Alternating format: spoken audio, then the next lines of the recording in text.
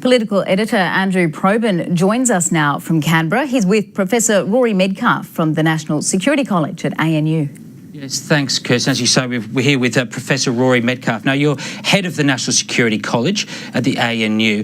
Now, given this is such a remarkable story, what was your initial reaction? Well, it's obviously very weird and embarrassing, both from a national security but also, I guess, a political dimension.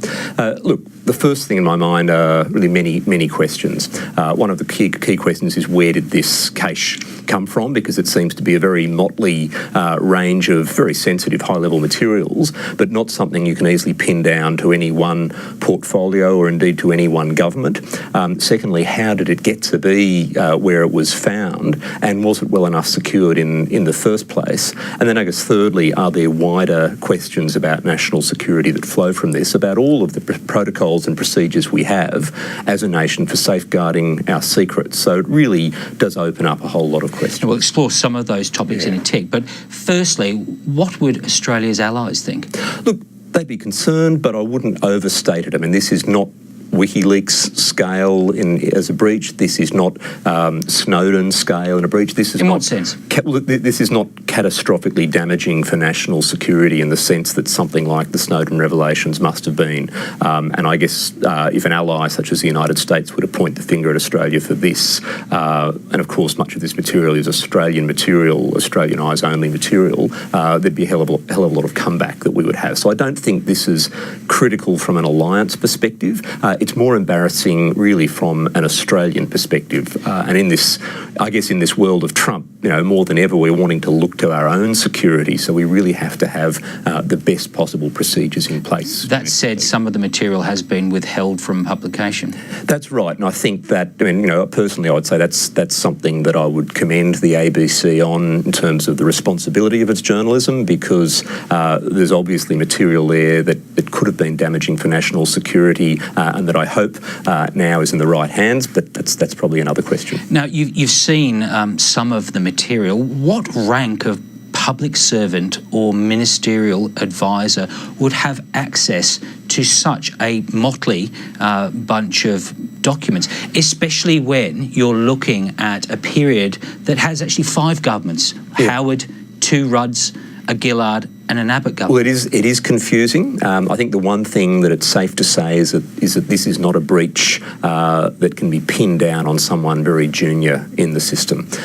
Bearing in mind that junior officials increasingly have access to a pretty small amount of material. There's a lot of sensitive material here, both politically and from a national security perspective. What did you find most alarming out of all this? Well, so I guess the question is, did the breach come from somewhere in this building in Parliament House, or did it come from a department or agency somewhere in the national security community? And that's obviously a question that will be investigated. I think that either way, this really opens up a need for a pretty wide-scale review of security protocols, particularly around paper documents, because in this day and age, it's still important to know that much of the sensitive national security information is dealt with and disseminated on paper. That's great from a cyber resilience point of view, but then pretty harmful when a bunch of papers appears in some second-hand shop in the suburbs of Canberra. What is the morale? How would you rate the morale of the national security sector? Look, I mean, generally the morale's good, and it's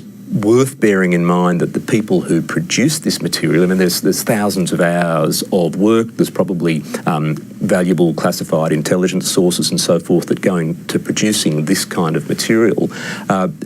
There's obviously going to be a bit of a blow to morale when people see that all of that diligence and work goes into producing material to give government options, to give government information that is then treated in a pretty sloppy and cavalier fashion by someone somewhere, whether it's a ministerial staffer or a senior official. And so I think there'll need to be some reassurance to really the thousands of really dedicated workers in the national security community that this is not a habit. This is really extraordinary. You say sloppy and cavalier, but what's safer? Digital information, which can be sent with a click of a mouse, or paperwork? Well, it is an open question, and it depends on the really the security of our systems. There are still many advantages to paper as long as the paper flow is properly tracked, and that's why documents like these, you would hope, would be numbered, and frankly, there would be a trail that could track back to